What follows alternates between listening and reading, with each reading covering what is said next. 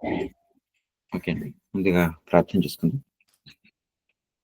శ్రీరామ రామ రామేతి రమే రమే మనోరమే సహస్రనామ తత్తుల్యం రామనామవరాననే వామే భూమిసుతా పురశ్చ హనుమాన్ పశ్చాత్ సుమిత్రా సుతః శత్రుఘ్నో ప్రతశ్చ పార్శ్వదర్యోః వాయవ్యాధికోణేశ్చ సుగ్రీవశ్చ విభీషణశ్చ వివరాట్ తారాసుతో జాంబవాన్ మధ్యే నీలసరోజ కోమల రుచిం రామం భజే శ్యామలం శ్రీరామం భజే శ్యామలం. మనం క్రితం వారం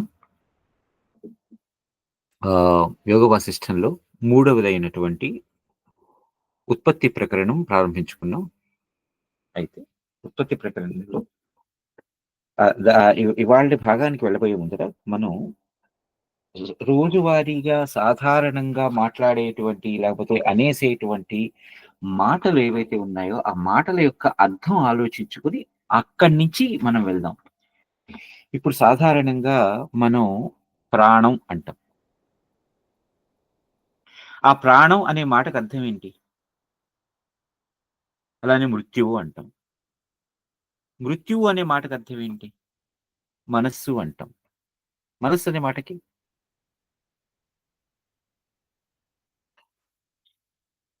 ప్రాణం అనే మాట అసలు ఎట్లా వ్యుత్పత్తి అయింది సంస్కృత భాషలో? అలానే మనస్సు అనే మాట గాని, లేకపోతే మృత్యువు అనే మాట గాని, మృత్యు అంటే మనం అందరూ చెప్పేసే మాట ఏంటి? చావు, మరణం. ఇవే గదా! ఇవన్నీ గూడా ఆ మాటకి పర్యాయ పదాలు కానీ, అర్థాలు కాదు గదా! అసలు ఆ అర్థం అంటే ఒక మాట ఒక భావాన్ని ఎలా సూచిస్తోన్నది అని కదా! ఒక భావాన్ని ఎలా వ్యక్తీకరిస్తున్నది అనే దానికి ఆ మాటకి సంబంధించిన అర్థం అంటాం. ఇప్పుడు మరి మృత్యువు అనే మాట చావు అనగానే లేకపోతే మరణం అనంగానే దాన్ని మనం మృత్యువు అని చెప్పేసేస్తామా? లేకపోతే దానికంటూ ఏదైనా ఒక అర్థం ఉన్నదా? ఆ మాట ఎలా వచ్చింది? లేకపోతే ప్రాణము. ప్ర అనే మాటకి సాధారణంగా అనే మాటకి అర్థం ఏంటి? అంటే ప్రముఖంగా లేదంటే గనక ప్రాధాన్యంగా అని చాలా అంటాం. సో, ఇప్పుడు అలానే ప్రజ్ఞానం అంటాం. అంటే ఈ జ్ఞానం అనే మాటకి ఒక అర్థం ఉంది. దాని ముందర పెడితే అలానే ముఖము అనే మాట ఉంది. దాని ముందర పెడితే ఈ లేకపోతే అదేంటి ప్రాధాన్యత అని ఉంది పాఠం. సో, దాని ముందర ఎందుకుంది? ఇన్ని మాటల ముందర అని పెడుతున్నాను అంటే దాని యొక్క అర్థం ఏంటి? దాని యొక్క భావం ఎలా విశదీకరించుకోవాలి మనం? అలానే ప్రాణము అనేది మొత్తం ఒకటే మాట. లేకపోతే దానిలో ఏదైనా మనకి 2, 3 మాటల సంధి ఉన్నదా? 2, 3 మాటల సంధి ఉంటే, ఆ 2, 3 మాటల యొక్క అర్థాలేంటి? ప్రాణము అనంటే యాక్చువల్‌గా అది 2 మాటల సంధి. ప్లస్ అన్. అన్ అంటే శ్వాస. శ్వాస తీసుకోవడం. సో, అందుకని మనం ప్రాణవాయువు అంటాం. ఓకే. అలానే శరీరంలో ప్రాణాలు అని ఏవైతే అంటామో, అది కేవలం వాయు రూపమైనటువంటి మాట మాత్రమే. అనే మాటకి శ్వాస అనేటువంటి అంటే ఆ శ్వాస తీసుకోవటం అనేటువంటి ఆ క్రియ ఏదైతే ఉన్నదో, ఆ క్రియకి చెప్పినటువంటి ఒక సూచించేటువంటి ఒక మాట అన్. అయితే అన్ అంటే ప్రముఖంగా, విశేషంగా అంటే శ్వాస తీసుకుంటాను నేను. శ్వాస తీసుకోవటంలో నా శ్వాసకోశంలోనికి గాలి వెళ్తోంది కదా! శ్వాసకోశంలోకి వెళ్ళేటువంటి ఆ గాలి ఆహ్, మరి దానిని ప్రాణవాయువు అని ఎందుకంటాను నేను? అంటే మన పూర్వీకులు ఎంత గొప్పవాళ్ళో ఆలోచించండి. ఆ గాలి అనేది దాంట్లో ఒక్క అది ఒక్క వాయువో ఇంకోటో కాదురా! ఇది అనేక వాయువుల సమ్మేళనం. ఆ అన్ని వాయువులలోనూ కేవలం ఒక్క వాయువు మాత్రమే ఈ ఈ దేహం నిలబడటానికి ఉపకరిస్తున్నది. అది అందుకనే దానిని ప్రాణవాయువు అంటారు. అంటే సో, అంటే విశేషంగా, అంటే శ్వాసని తీసుకుంటూ, అంటే శ్వాస తీసుకునేటప్పుడు విశేషంగా మన దేహానికి ఉపకరించేటువంటి ఆ వాయువు ఏదైతే ఉందో దాన్ని ప్రాణవాయువు అంటారు. ఆ వాయువు మనలో నిలబెట్టేటువంటిది ఏదైతే ఉన్నదో అది ప్రాణము అంటారు. అనము అంటే అదే గదా! గాలిని మన తెలుగులో మాత్రం ప్రాణము అంటాం. అనము అంటే శ్వాస, గాలి. మరి మృత్యువు అనే మాటకి ఇవన్నీ ఎందుకు చెప్తున్నామంటే, మనం రాబోయే ఉత్పత్తి ప్రకరణంలో వీటి గురించి చాలా విశేషంగా చెప్పుకోబోతున్నాం. అందుకోసమని ఈ మాటల యొక్క మూలమైనటువంటి అర్థం ఏంటి? ఈ మాటలు అసలు యాక్చువల్‌గా ఎట్లా వ్యుత్పత్తి అయినాయి అనే మాటకు చెప్పుకోవాలి. సో, మృత్యువు అంటే మనం సాధారణంగా అంటే మరణం అనేస్తాం. చావు అంటాం. కదా! కానీ మృత్యువు అనే మాటకి అర్థం మనకి 2 మాటలది. అంటే ఏదైతే ఈ శ్వాసని తీసేస్తోందో, ఆపేస్తోందో,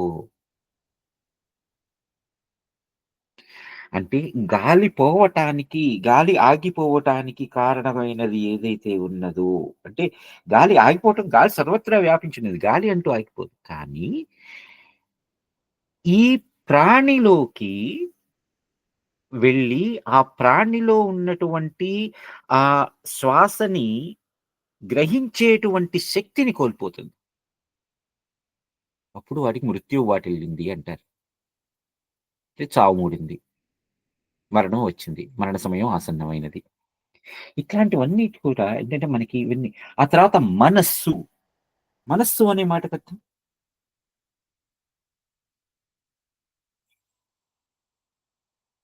మనస్సు అనే మాటకర్థం ఏంటి? ఎప్పుడైనా మనం ఆలోచించామా? సాధారణంగా మన మనసులోకి వాడొచ్చాడు, లేకపోతే వాళ్ళ మనసులోకి వీళ్ళొచ్చాడు, లేకపోతే ఇలా అనిపించింది నాకు. మనం అనేస్తాం. ఇప్పుడు మనకి యక్ష ప్రశ్నల్లో గూడా మహాభారతంలో ధర్మరాజు గారు ఒక ప్రశ్నకి సమాధానం చెప్తారు. అన్నింటికన్నా అత్యంత వేగమైనది ఈ సృష్టిలో ఏది? అనంగానే ఆయన చెప్పిన సమాధానం మనస్సు అంటారు. మనస్సు అంటే ఏంటి మరి? దానికంటూ ఒక అర్థం ఉండాలిగా. మనస్సు అంటే ఏ దేని ద్వారా అయితే నేను విషయ పరిజ్ఞానం పొందుతున్నానో, దేని ద్వారా అయితే మనస్సు అనేటువంటిది దేని ద్వారా అయితే మననం, మననం అంటే ఒక దేని అంటే ఆ మననం చేసుకునేటువంటి ఆ క్రియని మననం ఎట్లా చేస్తా నేను? అంటే ఒక విషయాన్ని గ్రహించినప్పుడు, ఆ గ్రహించినటువంటి ఆ అనుభూతిని నేను మరల దానిని అనుభవిస్తూ ఉంటాను కదా!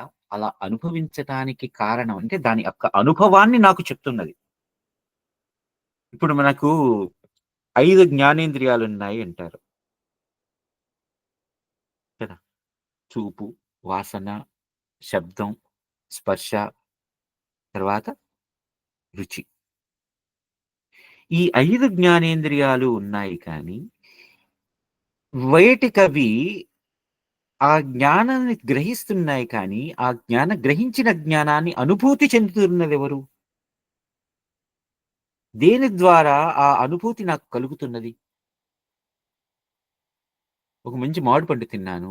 తింటే దాని యొక్క ఆ తీయనైనటువంటి ఆ అనుభూతి, ఎప్పుడైతే ఆ మామిడి పండు నా నోటి దగ్గరికి వెళ్తుందో, దానికన్నా ముందరే నా శ్వాస దాని యొక్క సువాసనని గ్రహించి, అబ్బా! ఇది మంచి వాసనొస్తుంది, బాగా పండింది. సాధారణంగా మామిడి పండు పండింది అని ఎవరంగా ఎలా ఎలా చెప్తాం మనం? ఒక్కసారి పండుని, ఆ కాయని ముక్కు దగ్గర పెట్టుకొని వాసన చూస్తే, ఆ పండిన వాసన మంచి సువాసనొస్తూ ఉంటుంది. ఒక తీయటి వాసనొస్తూ ఉంటుంది. ఆ వాసన అంతకు మునుపు లేదా? లేకపోతే ఇప్పుడొచ్చిందా? వచ్చిన దాన్ని ఎక్కడ గ్రహించాను? ఎలా గ్రహించాను? ఇది కదా మనకి. సో, ఈ మూలమైనటువంటి ఈ మాటలు ఏవైతే ఉన్నాయో, వాటన్నింటికి కూడా ప్రధానంగా మనం అర్థాలు చెప్పుకొని మనం వెళ్ళాలి. ఎందుకంటే సాధారణంగా నేను ప్రాణం అనేస్తా. అందరికీ తెలుసు ప్రాణం అంటే ఏంటి. కానీ దాని యొక్క అసలైన అర్థం మృత్యు అనేస్తాం. మరణం గురిందంటారు. సో, ఇవన్నీ గూడా మనం దాని గురించి మనం మాట్లాడుకుంటుంటే వాటి యొక్క అర్థాలు చెప్పుకున్నాం గాబట్టి ఇప్పుడు మనం అసలైన విషయంలోనికి వెళ్దాం. ఇవాళ మనం ఉత్పత్తి ప్రకరణం అంటాం. ఉత్పత్తి అంటే ఏదైనా ఒకటి నిర్మించబడటం. దేన్నైనా ఒకదాన్ని తయారు చేయటం కదా! సో, ఉత్పత్తి అంటే ఆ క్రియకి మనం పెట్టేటువంటి ఉత్తమంగా చేయబడినటువంటిది. ఉత్తమంగా చేయబడినటువంటి దానిది కాబట్టి అది ఉత్పత్తి. ఏం చేయబడ్డది? ఎందుకు చేయబడ్డది? ఎలా చేయబడ్డది? ఇన్ని ప్రశ్నలొస్తాయి. ఏం చేయబడ్డది? అంటే మనం ఇంతకు మునుపు వరకు చెప్పుకున్నదంతా ఏదైతే ఉన్నదో, రాముల వారి యొక్క వైరాగ్యం కానీ, లేకపోతే ముముక్షువు యొక్క వ్యవహారాలు గాని, ఇవన్నీ చేసి పెట్టిన తర్వాత, ఆ జ్ఞానం ఏమిటి? జ్ఞానాన్ని ఎలా గ్రహించాలి? ఇట్లాంటి వాటి యొక్క విషయ వస్తోత్పత్తికి ఏంటిది? సో, ఈ జగత్తు అంతా ఉత్పత్తి చేయబడ్డది. ఎందుకంటే ఎందుకు తెలుసుకోవాలి? ఈ జగత్తు గురించి ఎందుకు ఉత్పత్తి చేయబడ్డది? ఎలా ఉత్పత్తి చేయబడ్డది? ఇది ఎందుకు తెలుసుకోవాలి? అంటే ఆ జగత్తులో నేను భాగమై ఉన్నాను కాబట్టి, ఆ జగత్తులో ఉన్నటువంటి నేను దాని యొక్క ఆహ్, దాని నుంచి విడివడి నేను ఒక ముక్తిని పొందాలి అని అనుకుంటున్నాను కాబట్టి, అసలు విడివడాలి అనేటువంటి ఆలోచన నాకెందుకు కలగాలి? ఈ జగత్తు నుంచి నేను విడిపోయి, దీని నుంచి నేను ముక్తుణ్ణి కావాలి అనేటువంటి ఆలోచన నాకెందుకు కలగాలి? ఈ జగత్తులో ఉన్నటువంటి లక్షణాలేంటి? అవలక్షణాలేంటి?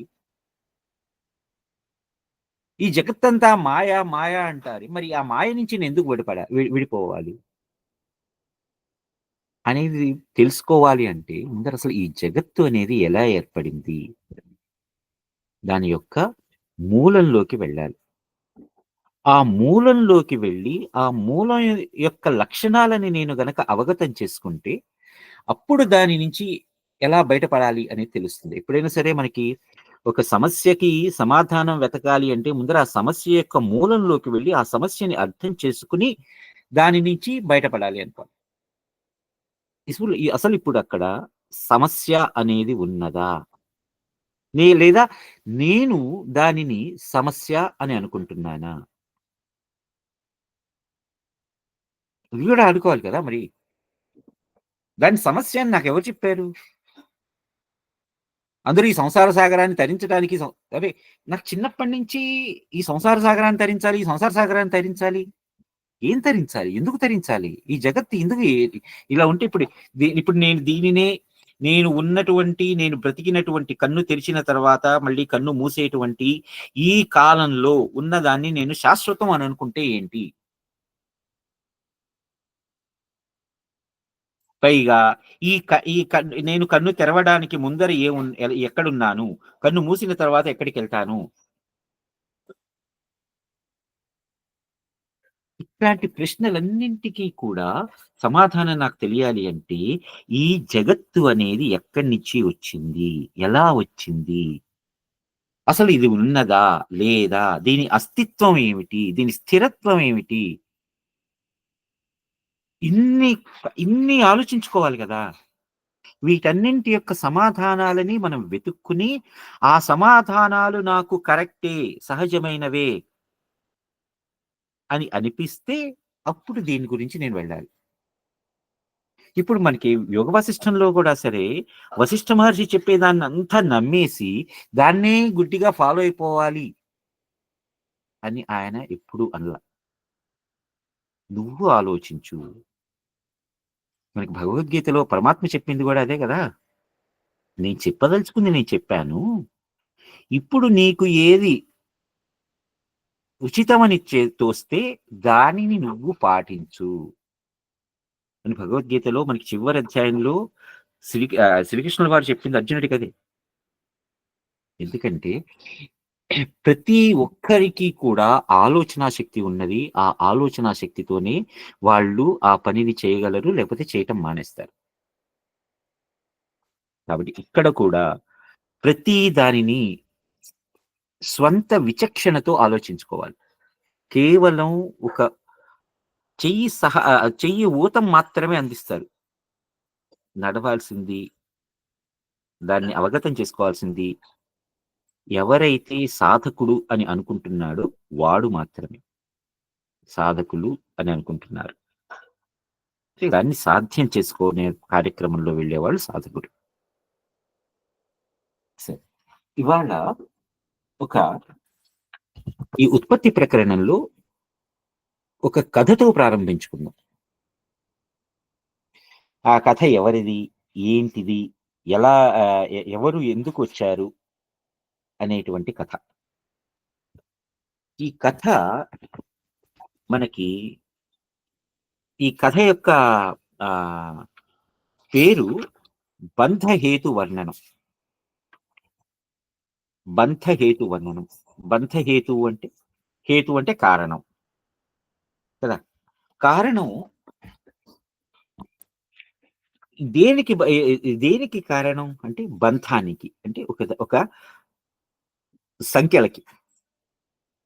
ఇక్కడ నేను సంఖ్యల అని చెప్తున్నా. అయితే సంఖ్యలను మనం సాధారణంగా నెగిటివ్ పర్స్పెక్ట్ లో చూస్తాం. సంఖ్యలు వేశారు సార్ అనేదాన్ని నెగిటివ్ పర్స్పెక్ట్ లో చూస్తాం. బంధాలన్నీ కూడా నెగిటివా లేకపోతే కొన్ని మంచివా? నెగిటివ్ అంటే ఏ రకంగా నెగిటివ్, ఏ రకంగా చెడ్డవి, ఏ రకంగా మంచివి కదా. సో ఈ బంధహేతు వర్ణనం అనే దాన్ని చెప్పుకుంటూ ఇందులో కథ ఏంటి అంటే, వశిష్ఠ మహర్షి రాముల వారితో అంటున్నారు, ఇదం ఆకాశజాఖ్యానం శృణు శ్రవణభూషణం ఉత్పత్త్యాఖ్యం ప్రకరణం ఏన రాఘవ బుధ్యసే. ఓ రాఘవ, నాయన రామ, చెవులకి ఎంతో ఇంపైనటువంటి ఆఖ్యానం చెప్పబోతున్నాను విను. ఏం ఆఖ్యానం? ఆకాశజుడు అనేటువంటి ఒక బ్రాహ్మణుడి కథ. ఈ ఆకాశజుడు అనేవాడు ఎవడు అంటే ఆకాశానికి జన్మించినవాడు. అదే కదా ఇప్పుడు గిరిజ అంటారు, అంటే గిరి అనేటువంటి వాడికి జన్మించినటువంటి కూతురు, అంతే కదా. అమ్మవారి పేరు గిరిజ అంటే ఆ హిమవంతుడి కూతురు కాబట్టి ఆ అమ్మవారికి గిరిజ అని పేరు. అలానే హిమజ అంటే హిమవంతుడి యొక్క కూతురు. ఇలా ఈ ఆకాశజుడు అంటే ఆకాశానికి జన్మించినటువంటి వాడు. ఎవడు ఆ ఆకాశజుడు అంటే వాడు నిత్య ధ్యాన పరాయణుడు, సతత పరహిత రతుడు. అంటే ఎల్లప్పుడూ కూడా అవతల వాళ్ళ యొక్క మంచిని కోరుకునేటువంటి వాడు. వాడు ఎప్పటి నుంచో బ్రతికున్నాడు. వాడికి ఆయువు ఇది అని నిర్వచించే వాళ్ళు, నిర్దేశించే వాళ్ళు ఎవరూ లేరు. వాడు ఎప్పటి నుంచో బతుకున్నాడు. అయితే ఒకసారి మృత్యువు వాణ్ణి కబళించబోయింది. ఆ ఆకాశజుణ్ణి మృత్యువు అంటే మృత్యు ఏం చేస్తుంది? సాధారణంగా ప్రతి ఒక్కరి యొక్క శ్వాసని ఆపేస్తుంది. ఆపేస్తే ఆపేయటం మూలంగా వాడిలో ఉండేటువంటి ఆ ప్రాణాలు ఎగిరిపోతాయి కదా. ఆ ప్రాణవాయువు వాడి నుంచి బయలువెడలిపోతుంది. సో, ఈ మృత్యువు వాడిని చంపేయబోయింది. ఆ ఆకాశజుడిని. అయితే ఆ మృత్యువు చంపేయబోవటానికి వెళ్ళినప్పుడు వాడిని పట్టుకోలేకపోయింది. వాడిని చంపలేకపోయింది. వాడిని చంపలేక వాడిని నానా రకాలుగా పట్టుకుందాము అని ప్రయత్నిస్తూ ప్రతి ప్రయత్నంలోనూ విఫలమైపోతుంది. అరే! అందరిని పట్టుకుంటున్నా నేను, అందరిని భక్షించేస్తున్నాను నేను. కానీ వీడిని పట్టుకోలేకపోతున్నానేంటి? వీడిని నేను ఎందుకు ఆపలేకపోతున్నాను అని అనుకుని, ఆయన ఉన్నటువంటి ఆకాశజుడు ఉన్నటువంటి ఆహ్, ఇంటికి వెళ్ళింది. అప్పుడు అక్కడ వెళ్ళినప్పుడు ఆ ఇల్లు దహనమైపోతుంది. కాలిపోతుంది. అయితే ఆ కాలిపోయేటువంటి ఇల్లులో ఈయన గూడా తగలబడుతున్నాడు. ఎవరు? ఈ ఆకాశజుడు. ఏదో గోరి స్టోరీ లాగా అనుకోకండి. తగలబడిపోతున్నా కూడా ఆయనలో ఎక్కడా కూడా ఆయన చైతన్యంలో గాని, ఆయనలో ఉన్నటువంటి ఆహ్, ఏ అవయవం కానీ ఏది కూడా దహించబట్టల్లా. అంటే ఆయన చుట్టూతా మంటలు తెగ వస్తున్నాయి. కానీ ఏది కూడా ఆయనని స్పృశించలేకపోతోంది. ఆ అగ్ని అనేది ఆయన్ని స్పృశించలేకపోతోంది. స్పృశించలేక అలానే ఉన్నది. ఈయన చాలా ధ్యానపరాయణుడై ఉన్నాడు. సరే ఆయన ఏంటి ఇంతకి ఇలా చేయలేకపోతున్నా నేను, వీడిని ఎందుకు చంపలేకపోతున్నాను అని ఆ మృత్యుదేవత అనుకుని, ఆ మృత్యుదేవత ఎవరి అధీనంలో ఉంటుందో వారి అధీనాన్ని దగ్గరికెళ్ళి వారి దగ్గరికి వెళ్లి అడిగింది. మృత్యువు సాధారణంగా ఎవరి అధీనంలో ఉంటుంది? యమధర్మరాజు గారి అధీనంలో ఉంటుంది కదా! ఆ యమధర్మరాజు గారి దగ్గరికి వెళ్లి అడిగితే, "స్వామి ఎందుకు నేను ఈ ఆకాశజుడు అనేటువంటి బ్రాహ్మణుడిని నేను చంపలేకపోతున్నాను? ఎందుకు వాడి శ్వాసని ఆపలేకపోతున్నాను?" అని అనుకుని, "మీరు నాకు సాధారణంగా మీ నియమం ప్రకారం ప్రతి ఒక్కరికి కూడా మృత్యువనేది ఉంటుంది. మరి వీడికెందుకు లేదు?" అని అడిగితే, ఆయన యమధర్మరాజు గారు ఆ మృత్యువుని అడిగారట. "నువ్వు వాడిని చంపడానికి వెళ్ళావు కానీ, నీ ఒక్కడి బలం చేత వాడు చావడు. వాడికంటూ ఏమైనా పురాకృతమైనటువంటి కర్మలున్నాయా? ఆ పురాకృతమైనటువంటి కర్మలే ఒకరి యొక్క మరణానికి కారకమవుతాయి. కాబట్టి వెళ్లి వెతుకు. వీడి యొక్క పురాతన కర్మలు ఎక్కడున్నాయి?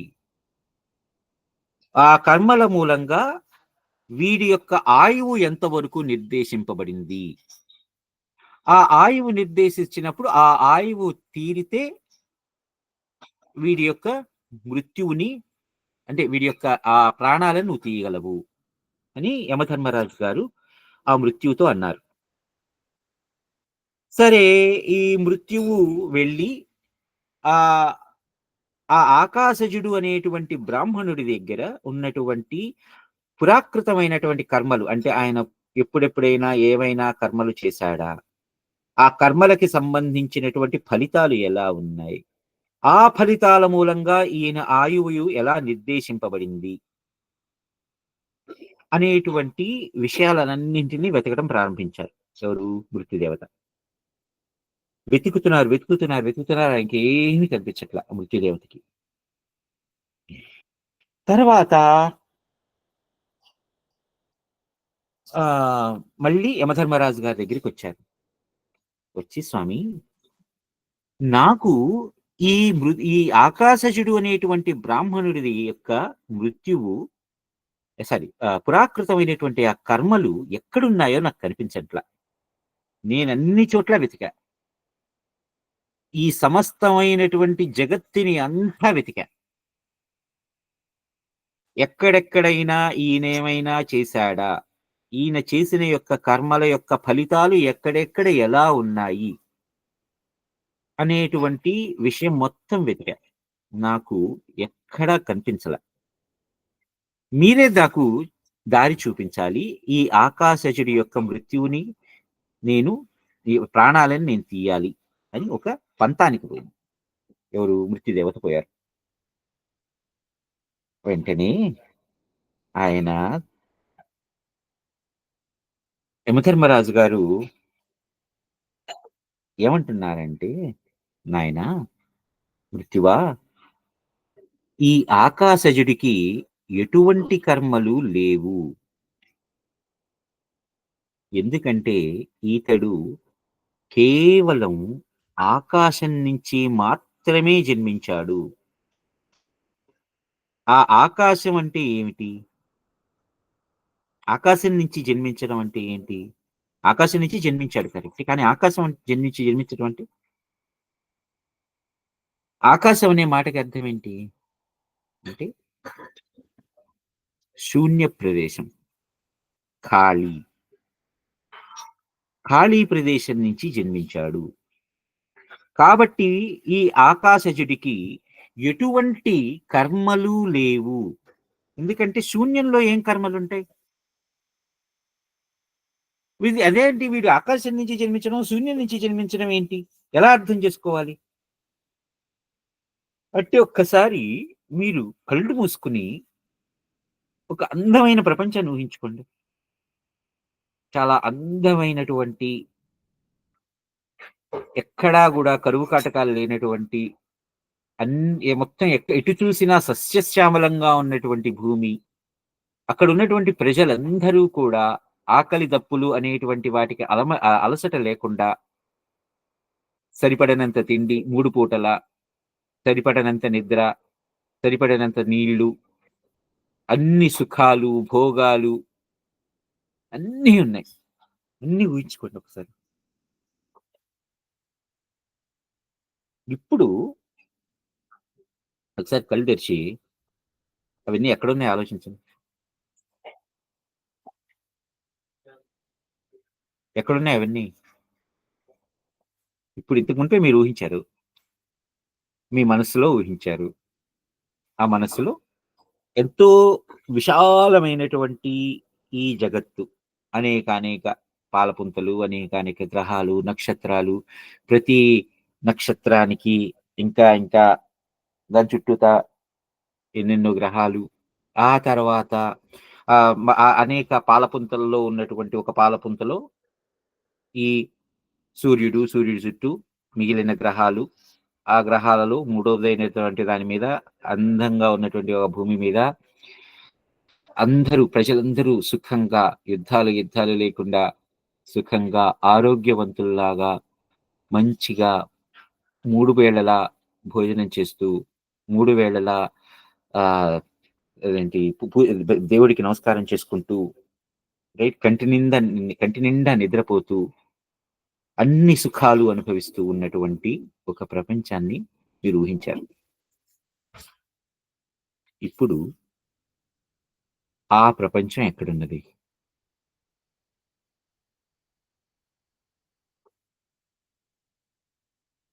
మీ మనస్సులో ఉన్నది.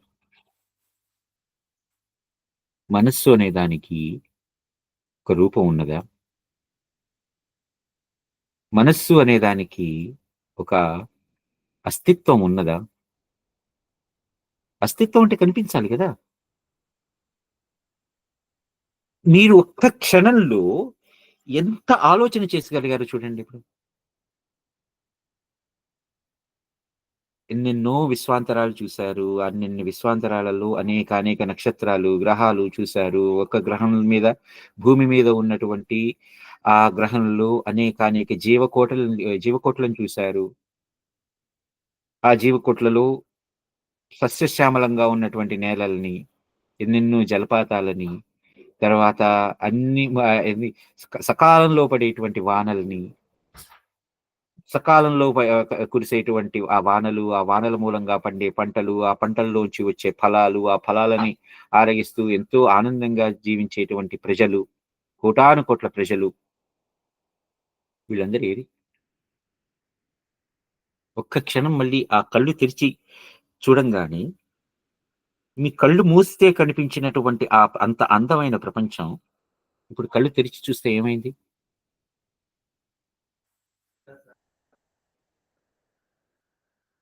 శూన్యమే గదా! సో, ఇప్పుడు ఆ శూన్యానికి జన్మించినటువంటి వాళ్ళెవరున్నారు? ఎక్కడున్నారు? ఆకాశంలోనే జన్మించారన్నారు కదా! ఆకాశం అంటే శూన్యమే. ఆ శూన్యానికి జన్మించినటువంటి మీ ఊహ ఎక్కడుంది? శూన్యమే. శూన్యంలోనే ఉన్నది కదా! ఎప్పుడైతే ఆ శూన్యంలోనే ఉండి, శూన్యంలోనే జన్మించినటువంటి, శూన్యంలోనే మళ్ళీ వెళ్ళిపోయినటువంటి ఈ జగత్తు, మరి మనం ఉన్నటువంటి ఈ జగత్తు శూన్యం ఎందుకు కాదు? ఇది ఎవరి ఊహ అయ్యుండొచ్చు కదా! ఎవరిదా ఊహ? ఆ ఆకాశజుడు అనేటువంటి వాడి ఊహ ఎందుకు కాకూడదు? ఆ ఆకాశజుడు అనేటువంటి వాడు బ్రహ్మ ఎందుకు కాకూడదు? ఆ బ్రహ్మ ఎవడికి పుట్టాడు? విష్ణువు అనేటువంటి వాడికి పుట్టాడు గదా! ఆ విష్ణువు అనేటువంటి వాడికి అర్థం ఏంటి? వ్యాపకత్వం కలిగిన వాడు. ఇప్పుడు మన మనస్సులో మనం ఎంతో ఊహిచ్చేసాం. ఒక్క క్షణం కళ్ళు మూసుకుంటే కోటాను కోట్ల విశ్వాలు, ఆ కోటాను కోట్ల విశ్వాలలో ఎక్కడో ఒక భూమి మీద, ఎక్కడో ఒక చోట మనం ఇలా మాట్లాడుకుంటున్నాం అనేటువంటి ఊహ ఎందుకు కాకూడదు? కదా! ఈ జగత్తు అనేది అటువంటి వాడి ఊహ ఎందుకు కాదు అని అనుకుంటే, ఇప్పుడు ఆ ఆకాశజుడు అనేటువంటి వాడు ఎవడు?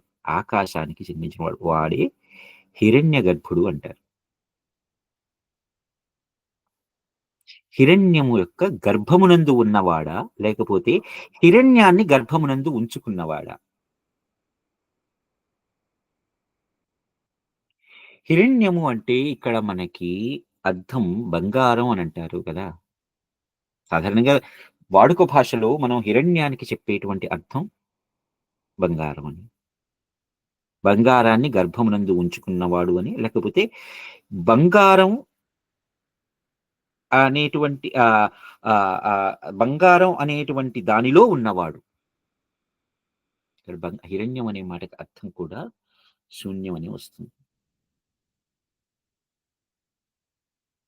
ఇప్పుడు నేను శూన్యంలో ఉన్నాను. అలానే శూన్యం నాలో ఉన్నది.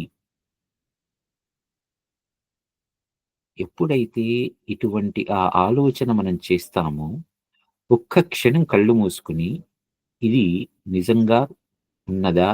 లేదా? అని ఆలోచిస్తే. ఎందుకంటే, ఇప్పుడు నేను ఇందాక కళ్ళు మూసుకొని ఊహించిన దాంట్లో అనేకానేక జీవకోట్లను చూసాం. ఆ జీవకోట్లలో వాళ్ళందరికీ కూడా భౌతికంగా ఉన్నటువంటి దేహేంద్రియాదులని అన్నింటిని చూసాం. వాళ్ళందరూ శ్వాస తీసుకోవటం చూసాం. వాళ్ళందరూ శ్వాస వదిలేయటం చూసాం. మంచినీళ్ళు తాగటం చూసాం. ఆహారం తినటం చూసాం. సుఖించటం చూసాం. అన్నీ చూసాం. కానీ ఒక్కసారి నేను ఆ ఊహని పక్కన పెట్టి బయటకొచ్చి చూస్తే ఏమున్నది? ఇప్పుడు సాధారణంగా ఒక స్తంభం ఉంటుంది. ఒక మనం దేవాలయాలకు వెళ్లి చూస్తే స్తంభాల మీద అనేక శిల్పాలు కనిపిస్తాయి.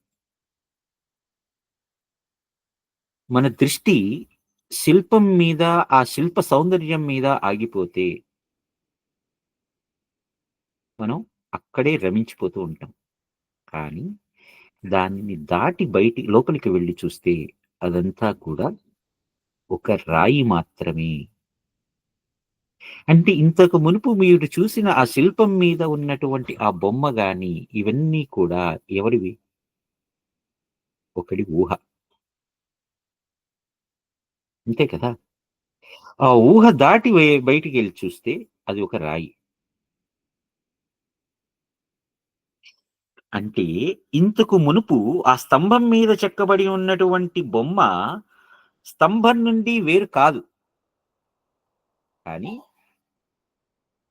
ఆ స్తంభానికి వేరుగా కనిపిస్తోన్నది. కదా! ఒక ఎందుకు అది అంతకు మునుపు ఉన్నది కాస్త నాకు ఆ బొమ్మ కనిపిస్తోంది. కానీ బొమ్మని దాటి నేను లోపలికి వెళ్లి చూస్తే అదొక రాయి మాత్రమే. ఆ స్తంభం దాని మీద ఉన్న బొమ్మ ఊహ అయితే, ఆ స్తంభం వాస్తవం. ఇలా ఆ వాస్తవంలోనికి వెళ్లి చూస్తే అక్కడ ఏమున్నది? ఒక రాయి మాత్రమే. అంటే ఇక్కడ ఒక శూన్యం మాత్రమే ఉన్నది. ఆ శూన్యాన్ని దాటి వెళ్లి చూడటానికి వీలవుతుందా?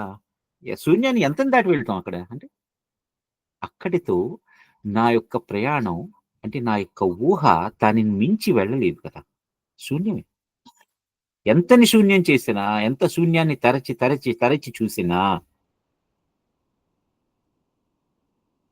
అక్కడ ఉన్నది శూన్యమే. ఇట్లా చెప్తూ యమధర్మరాజు గారు ఆ మృత్యువుతో అంటున్నారు. ఇప్పుడే అనుకున్నాను కదా! శూన్యాన్ని ఎంత తరచి, తరచి, తరచి వెతికినా అక్కడ శూన్యమే అన్నది అని. ఆయన ఇలా ఆ ఆకాశజుడనేటువంటి వాడికి పూర్వకర్మలు లేవు. వాడు సంసారవశుడు అగట్లేదు. వాడికంటూ స్ ఆహ్, ఒక అస్తిత్వము లేదు.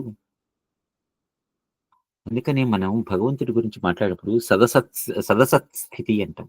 అంటే ఉన్నట్టుగానే ఉంటాడు, ఉండడు. ఉన్నది, లేదు అనేటువంటిది విషయం దాని జోలికి రాదు. ఉన్నది అంటే ఉన్నాడు. ఇప్పుడు మనం ఇందాక రాతి మీద బొమ్మ చూసాం. బొమ్మ బావుంది అంటే బొమ్మ బావుంది. చాలా బావుంది. ఉన్నది. కానీ నిజంగా ఉన్నదా? అదొకడి ఊహ మాత్రమే గదా! ఇప్పుడక్కడ యాక్చువల్‌గా ఏముంది? రాయి మాత్రమే గదా! అంటే ఈడు ఈ ఆకాశజుడు అనేటువంటి వాడు, ఆ హిరణ్యగర్భుడు, ఆ బ్రహ్మ అని ఎవరైతే అనుకుంటున్నామో, ఆ బ్రహ్మ దె దగ్గర ఉన్నదంతా కూడా అంటే ఆ ఆకాశం నుంచి పుట్టిన వాడి దగ్గర ఉన్నటువంటి అంటే ఎవడు పుట్టాడంతే బేసిక్‌గా. ఆ ఆకాశం నుంచి పుట్టినవాడు ఎవడైతే ఉన్నాడో వాడు కూడా కేవలం ఆ ఆకాశ స్వరూపుడు మాత్రమే. అంటే శూన్యం మాత్రమే. మరైతే మృత్యువు మరలా ఇలా అడుగుతున్నారు యమధర్మరాజు గారిని. భగవన్ జాయతే శూన్యాత్ కథం నామ వదేతి మే పృథ్వ్యాదయః కథం సంతి వసంతి వద నా కథం. వసంతి వద నా కథం. అంటే మృత్యుదేవత ఆ యమధర్మరాజు గారిని ఇలా అడుగుతున్నారు. ఓ భగవానుడా! ఆకాశం శూన్యం అన్నావు. కరెక్టే. మరి ఈ ఆకాశానికి ఈ విప్రుడు ఎలా జన్మించాడు? ఈ పృథ్వ్యాదులు ఎలా జన్మించాయి? అవి ఒకప్పుడుండి మరొకప్పుడు ఉండకపోవటానికి కారణం ఏంటి? సాధారణంగా అందరికొచ్చే సమాధానమే గదా! అందరికొచ్చే ప్రశ్న ఇదే. అంటే అప్పుడు యమధర్మరాజు గారు ఇలా అంటున్నారు. కదాచన జాతోऽసౌ నచ నాస్తి కదాచన. ద్విజః కేవల విజ్ఞానభామాత్రం ద్విజః కేవల విజ్ఞానభామాత్రం తత్తథా స్థితః. అంటే ఓ మృత్యువా! అసలు ఈ విప్రుడు ఏ కాలంలో జన్మించాడు? అసలు వాడు జన్మించాడా? వాడు జన్మరహితుడయ్యా! వాడు నిత్యుడు. వాడు విజ్ఞాన స్వరూపుడు. న కదాచన జాతోऽసౌ నచ నాస్తి కదాచన. వాడికంటూ పుట్టుక లేదు. వాడు ఎప్పుడూ ఉండలేదు. ద్విజః కేవల విజ్ఞానభామాత్రం తత్తథా స్థితః.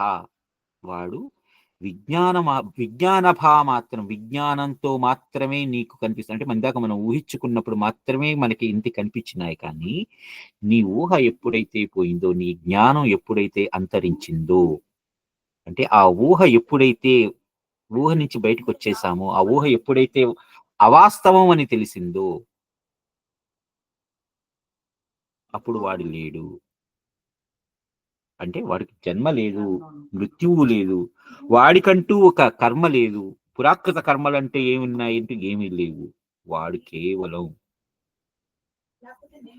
మరైతే మహాప్రళయ సంపత్తో న కించిదవశిష్యతే బ్రహ్మాస్తే శాంతం అజరం అనంతాత్మైవ కేవలం శూన్యం నిత్యోజితం సూక్ష్మం నిరుపాధి పరం స్థితం తదా తదను ఏనాస్య నికటేద్రి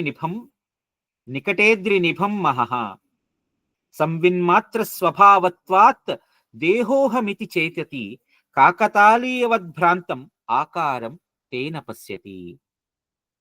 కాకతాళీయవద్భ్రాంతం ఆకారం తేన పశ్యతి అంటే, నాయన, ఈ మహాప్రళయ కాల సమయమున ఏమీ మిగులుండదు.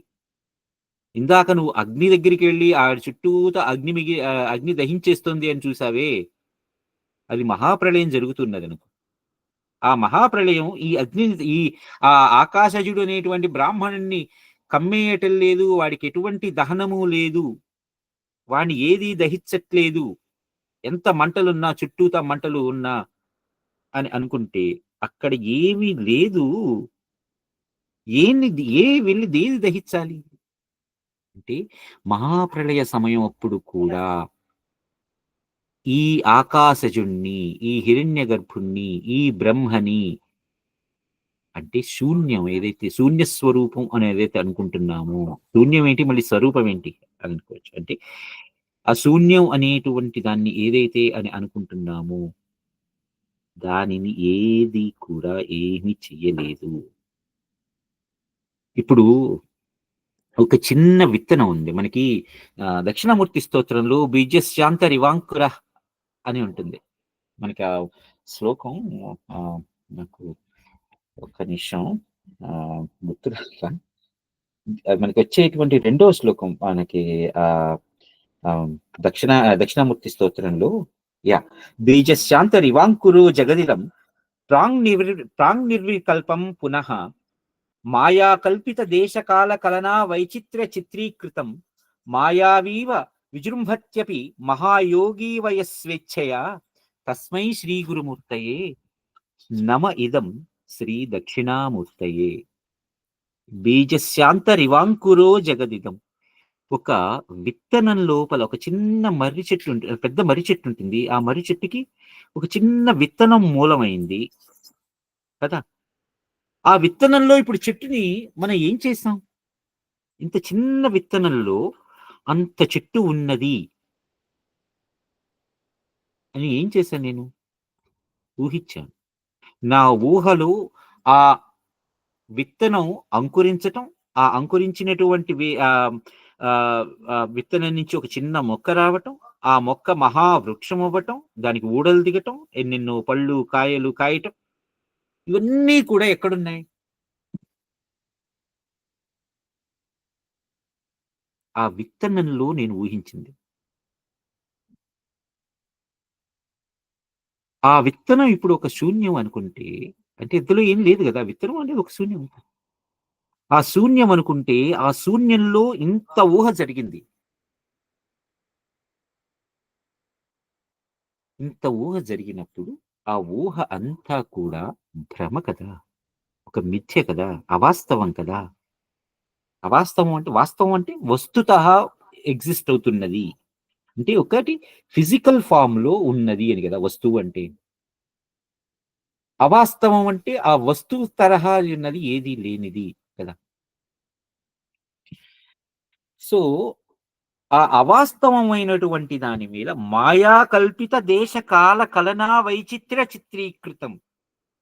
ఇది అంతా కూడా ఒక మాయతో మాత్రమే, కాల కలన వైచిత్ర్య చిత్రీకృతం, విచిత్రంతో కూడినటువంటి దాని యొక్క చిత్రీకృతం చేయబడినటువంటిది.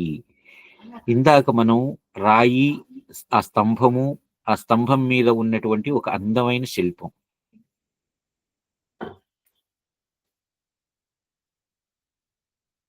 కదా, అందమైనటువంటి శిల్పం. ఆ శిల్పం ఏది అంటే ఊహే కదా. సో ఆ వైచిత్ర్య చిత్రీకృతం, ఇది మనకి దక్షిణామూర్తి స్తోత్రంలో ఆ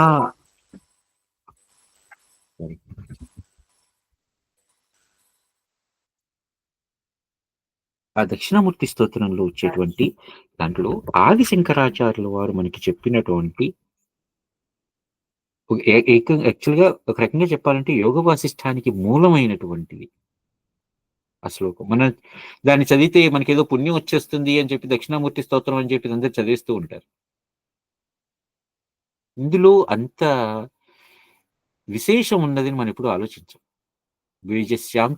బీజశాంతరివాంకురో జగదిదం, ఈ జగత్తు అంతా కూడా ఇంతకు మునుపు ఒక విత్తనం నుంచి ఒక చెట్టుని ఎలా ఊహించానో అలా అని మాయా కల్పిత దేశకాల కలనా వైచిత్ర్య చిత్రీకృతం, ఒక మాయ ద్వారా, ఒక భ్రమ ద్వారా ఊహించబడినటువంటి అందమైనటువంటి చిత్రీకరించబడినటువంటి ఒక అందమైనటువంటి చిత్రం మాత్రమే. సరే, ఇక్కడికి వద్దాం. ఇప్పుడు ఈ ఈ మహాప్రళయ కాలంలో ఏమీ ఉండదు. కేవలం ఏకమాత్రం, శాంతం, శూన్యం, నిత్యం, ప్రకాశమానం, సూక్ష్మం, నిరుపాధికం, అంటే ఎటువంటి ఉపాధి లేనటువంటిది, అనంతం, అజరం అయినటువంటి పరబ్రహ్మము మాత్రమే మిగిలి ఉంటుంది. మహాప్రలయ సంపత్తౌ న కించిత్ అవశిష్యతే, బ్రహ్మ అస్తే బ్రహ్మాస్తే శాంతం అజరం అనంతం ఆత్మైవ కేవలం, శూన్యం నిత్యోదితం సూక్ష్మం నిరుపాధి పరం స్థితం, తదను ఏనాస్య నికటేద్రి నిభం మహః. అది నేనే దేహము సంవిన్మాత్ర స్వభావత్వాత్ దేహోహం ఇతి చేతతి, నేనే దేహాన్ని అనేటువంటి ఒక చేతతి అంటే ఒక చైతన్యంతో, తేజోమయమైనటువంటి రూపంతో, కాకతాళీయవద్భ్రాంతం ఆకారం, కాకతాళీయంగానే, ఎటువంటి కారణము లేకుండానే, భ్రాంతం ఆకారం, ఒక హేళా మాత్రంగా, లీలా మాత్రంగా, తేన పశ్యతి, దానిని చూస్తుంది. ఏదది? సంవిన్మాత్ర స్వభావత్వాత్ దేహోహం ఇది చేతతి. ఎవరు ఆ దేహం ఏంటి అంటే మనకి విరాట్ స్వరూపము అని అంటారు సాధారణంగా. భాగవతంలో 3వ స్కంధంలో మనకి ఈ సృష్టి ఆరంభ గురించి వివరిస్తారు. అందులో ఈ సృష్టి ఆరంభానికి ముందర ఫస్ట్ గా మొదలైనది మహత్తత్వం వచ్చినది అని అంటారు. ఆ మహత్తత్వాన్ని నుంచి విరాట్ పురుషుడు జన్మించాడు అంటారు. సాధారణంగా భాగవతం ఎవరైనా చదువుంటే ఆ అది ఇంకోసారి చదవండి, ఇది విన్న తర్వాత చదవండి.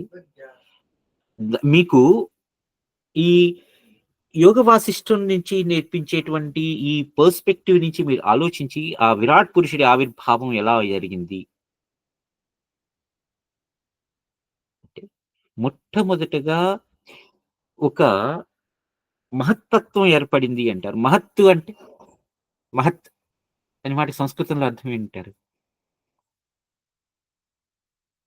ఎంతో గొప్పదైనటువంటిది, ఎంతో విశాలమైనటువంటిది, అన్నింటికన్నా పెద్దది, ఎవరూ ఊహించలేనటువంటిది కదా మహత్ అనేటువంటి మాటకి అర్థం.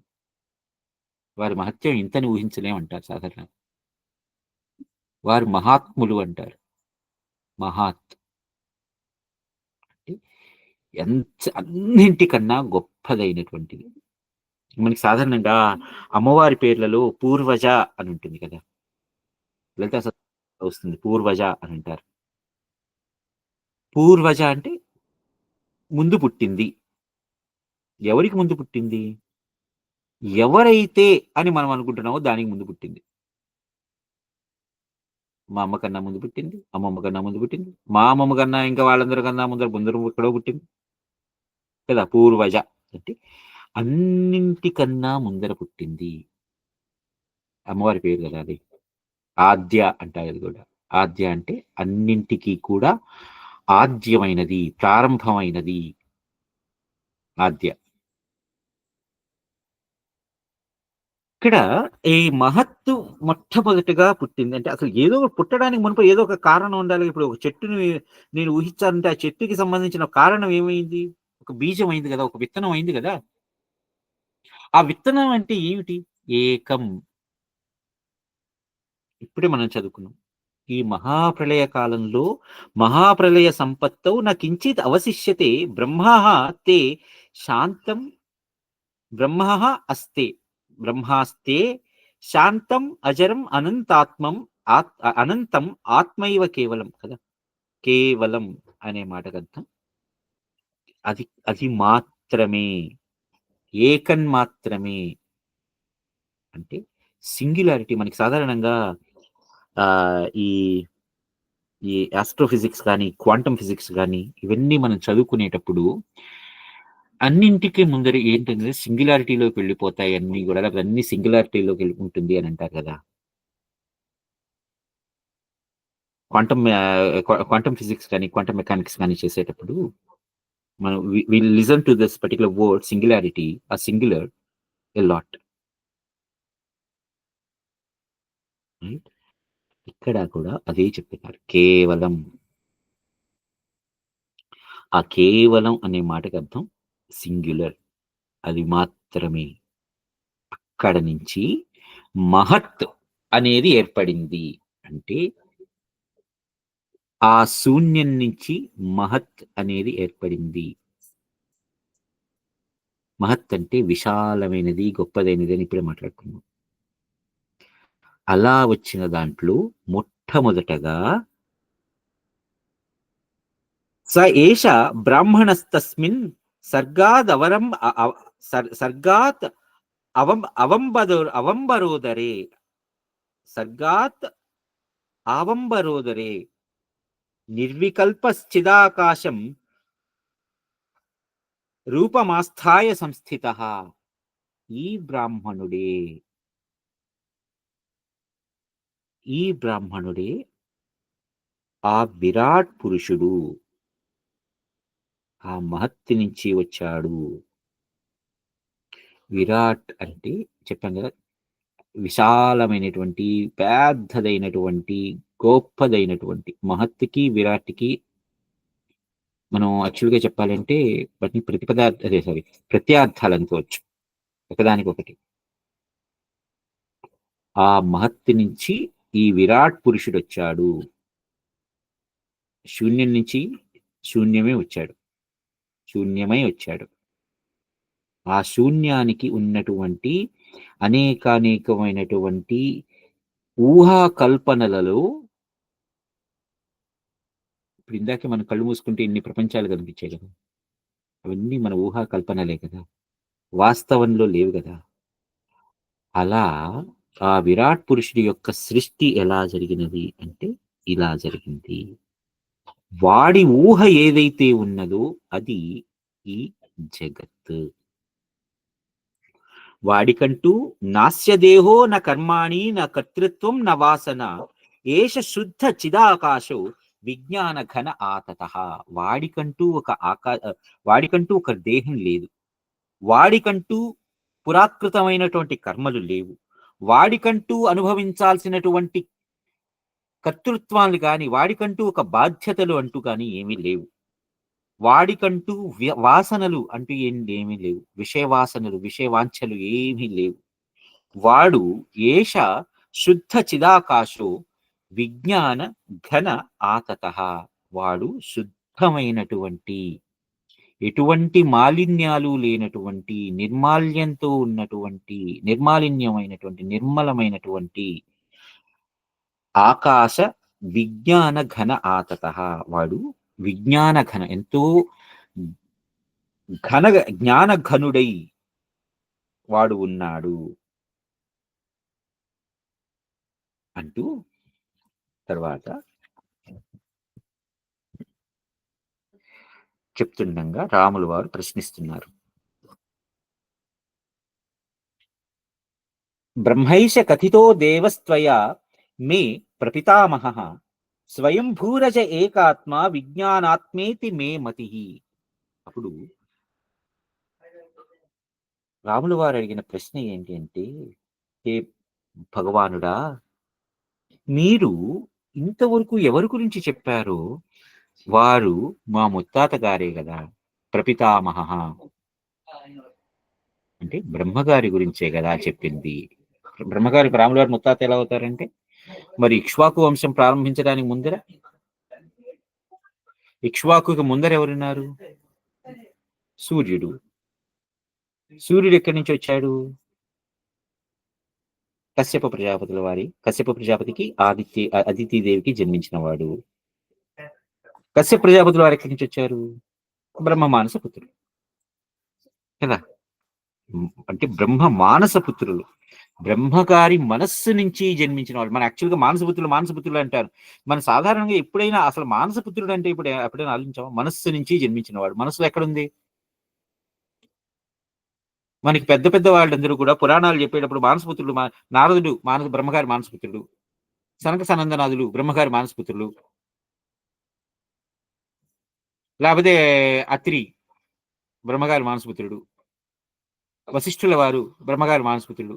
ఇంతమంది మానసపుత్రులు మాత్రం బ్రహ్మగారి మనసు నుంచి జన్మించారు. మనకి ఎంత చిన్నప్పటి నుంచి నూరిపోస్తున్నా కూడా మనం ఏ రోజైనా మనసు నుంచి ఎలా జన్మించారు అనే ప్రశ్న మనం అనుకున్నామా? ఎవరైనా మనసు నుంచి ఎలా జన్మిస్తారు? ఊహే కదా. ఊహలోనే ఇందాక మనం ఊహించాం కదా, అవన్నీ కూడా ఊహలోనే జన్మించినాయి, ఊహలోనే నశించిపోయినాయి కదా. అలా ఆ ఊహలోనే జన్మించి ఊహలోనే నశించిపోయినటువంటి వాటి యొక్క విషయాలు. ఇప్పుడు రాములు వారు అడిగిన ప్రశ్న ఏంటి అంటే, మీరు ఆ బ్రహ్మదేవుల వారి గురించే కదా చెప్తున్నది, ఆ సృష్టికర్తే కదా.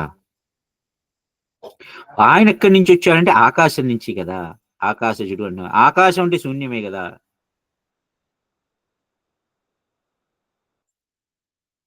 సో ఇప్పుడు ఏమంటున్నారు రాములు వారు అంటే, అదే అడిగినప్పుడు వశిష్ఠుల వారు, నాయన అవును, నీకు ఆ బ్రహ్మ గురించే చెప్పా. పూర్వం ఈతనిని మృత్యువు గ్రహించే నిమిత్తమే యమునితో సంభాషించింది. అంటే ఈయన సృష్టిలో వచ్చిన, మానసంగా వచ్చినటువంటి సృష్టిలో ఉన్నటువంటి మృత్యువే ఆయన సృష్టిలో ఉన్నటువంటి మానసంగా ఉన్నటువంటి యమధర్మరాజు గారి దగ్గరికి వెళ్ళి, ఆయన్ని నేను ఎలా పట్టుకోవాలి అని అడిగితే, నువ్వు ఆయన ఎక్కడ పట్టుకుంటావురా, ఆయన అసలు ఎక్కడున్నావురా, నువ్వంటూ ఎక్కడున్నావురా, నీకంటూ ఎక్కడుంది అస్తిత్వం, నువ్వు వెళ్ళి ఎవరిని పట్టుకుంటావు అని చెప్పి ఆ యమధర్మరాజు గారు ఆ మృత్యువుకి చెప్పారు. అని చెప్పి బ్రహ్మకిల పరాకాశవత్ పురాక్రమ్యతే కథం మనోమాత్రం చ సంకల్ప పృథ్వ్యాధిరహితాకృతి యశ్చిద్వ్యోమ చమత్కారః కిలాకారానుమూర్తిమాన్ సచిద్వ్యోమైవ నో తస్య కారణత్వం న కార్యత. నాయన, ఈ బ్రహ్మ అని ఎవరైతే అని అనుకుంటున్నావో, ఆ బ్రహ్మ ఆకాశ శరీరి, ఆకాశంతోనే ఉన్నాడు. ఆయనకి ఆకాశమే శరీరం, శూన్యమే. యాక్చువల్గా ఎప్పుడైనా బ్రహ్మ అనేటువంటి మాటకి అర్థం ఆలోచించామా మనం?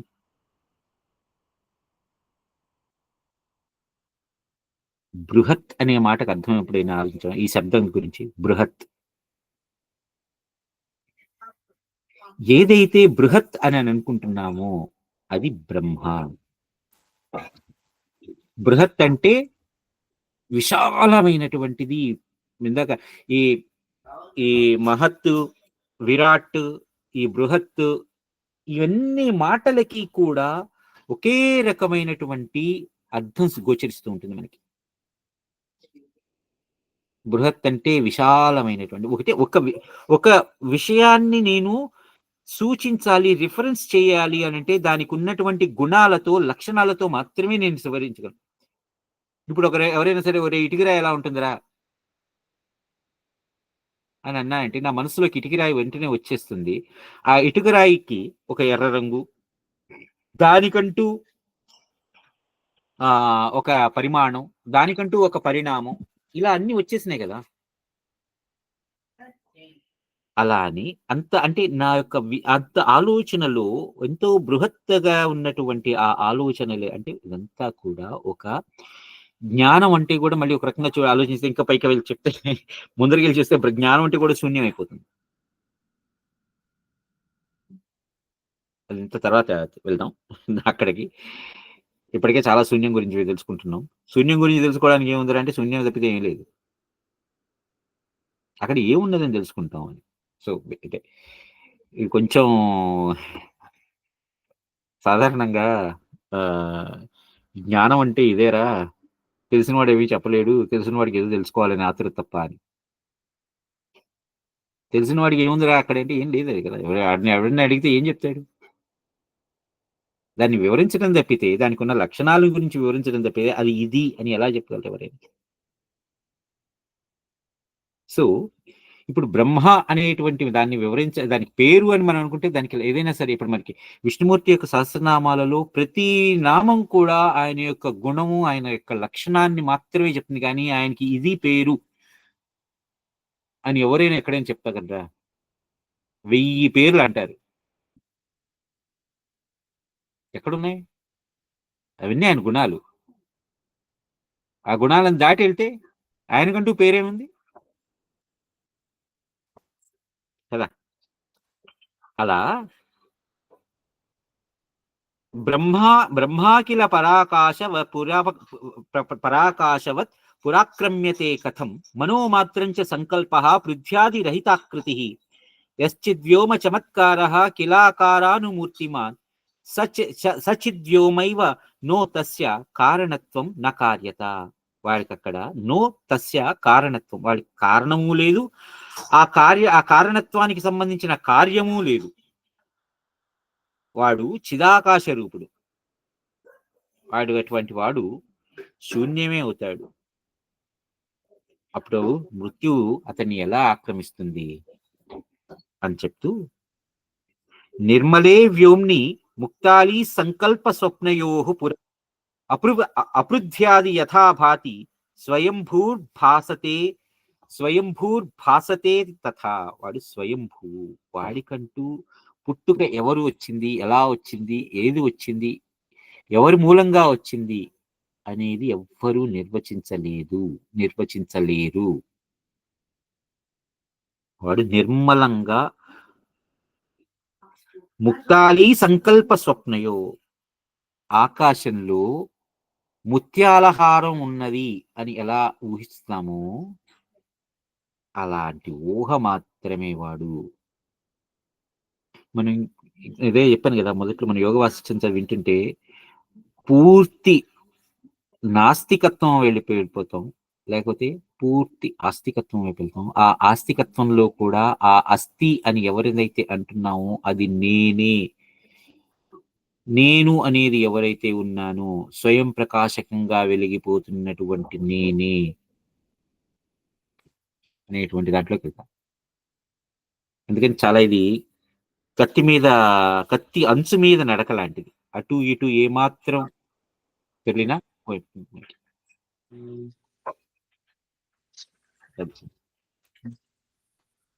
సంకల్ప మాత్రం సంకల్పమాత్రం ఏవై తన్మనో బ్రహ్మేతి కథ్యతే సంకల్పాకాశ పురుషో నాస్య పృథ్యాది విద్య. వీటి సంకల్పం మాత్రమే ఇవన్నీ కూడా, భావించటం మాత్రమే. మనస్సు యొక్క ఆ రూపం ఏంటయ్యా అంటే కేవలం భావన. ఆ భావనే రూపం దాల్చి చైతన్యం అనేటువంటి ఆ భావన యొక్క చైతన్యానికే బ్రహ్మము అంటారంటే బృహత్తుగా విన్నటువంటిది, వెలిగిపోయేటువంటిది.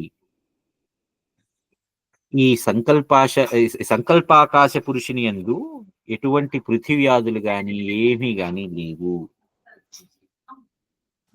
అని ఆది మధ్యాంతరహితమైనటువంటి కేవలం చిదాకాశమైనటువంటి ఈ బ్రహ్మ స్వయంభూ అయి కూడా ఆయన చిత్తం వలన మాత్రమే ఆకారయుతుడైనటువంటి పురుషుల్లాగా ప్రకాశిస్తున్నాడు. కానీ వాస్తవానికి ఈతనికి శరీరము లేదు, ఆదివ్యాధులు లేవు, పృథివ్యాధులు లేవు, ఏమీ లేవు. సో ఈ బంధహేతు వర్ణనం అనేటువంటి దాంట్లో మొదటి భాగం ఇది అసలు సృష్టి వర్ణనం, ఆద్య సృష్టి వర్ణనం గురించి చెప్తున్నారు వశిష్ఠ మహర్షి రాముల వారికి. ఇవాళకి ఇక్కడ ఆగుదాం. మీకేమైనా ప్రశ్నలు ఏమైనా సరే, చాలా ప్రశ్నలు వస్తాయి చాలా. ఎందుకంటే నేను కూడా చదువుకునేటప్పుడు మొదట్లో ఏంటి పిచ్చుకోలా అనిపించింది. కానీ దాన్ని కొంచెం ఆలోచిస్తూ ఉంటే, మననం చేస్తూ ఉంటే, దాని గురించి భావిస్తూ ఉంటే మనకు కూడా కాస్తో కూస్తూ అర్థమవుతూ ఉంటుంది. అర్థమైందనేటువంటి భావనలో కలుగుతూ ఉంటుంది. ఆ భావన కూడా మళ్ళీ శూన్యంగా అనుకుంటే ఇంకా అంతకు మించినటువంటి ఆలోచన ఇంకంతకు మించలేదు. కాబట్టి ఒక్కసారి మీరు దీని గురించి ఆలోచించండి. కావాలంటే మళ్ళీ ఇది రికార్డింగ్ మళ్ళీ వినండి, ఆలోచించండి.